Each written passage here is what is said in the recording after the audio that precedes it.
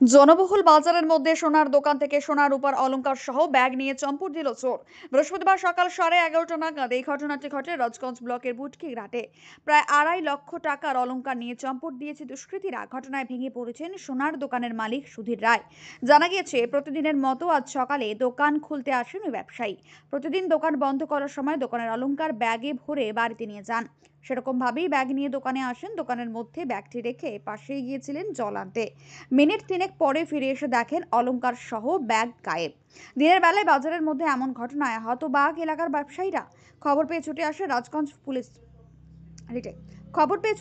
রাজগঞ্জ থানার পুলিশ। এলাকায় CCTV footage খতিয়ে দেখে তদন্ত শুরু করেছে। আসার পরে ব্যাগটা আমি বুঝে দিচ্ছি, ঠাকুর বুঝে দিয়ে ব্যাগ খুলে আমি মাল সাজাবো, দেখি ব্যাগ নেই। কেমন কি হয়েছে?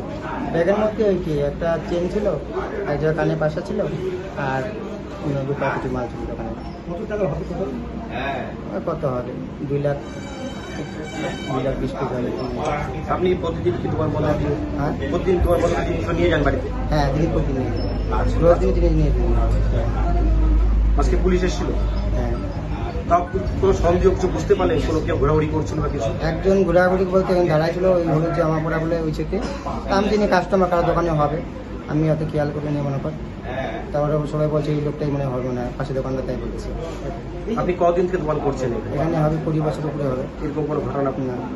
এই বাজারের মধ্যে দিনের বেলা 11:30টার সময় আমার একটা ঘটনা ঘটে গেল, কি বলবেন? এই কি বলবো, দুঃখজনক ঘটনা এটা একটা।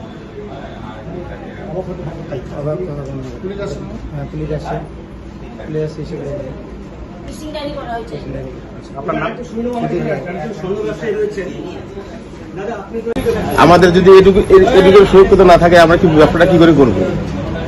এরকম দিনের বেলা ওপেন এইভাবে একটা ব্যাগ নিয়ে চলে গেল দোকান থেকে।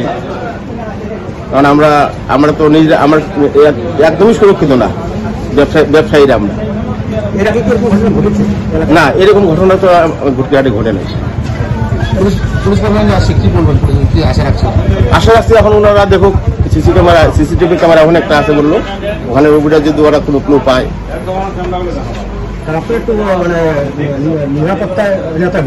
হ্যাঁ, একদম 100 বার। আশা করি ওনারা কোনো একটা ব্যবস্থা হয়তো ক্লু পাবে। সিসি ক্যামেরা যখন এখানে আছে, তাহলে একটা ক্লু কিছু পাইতে পারে। আপনার নাম? রতন ধর।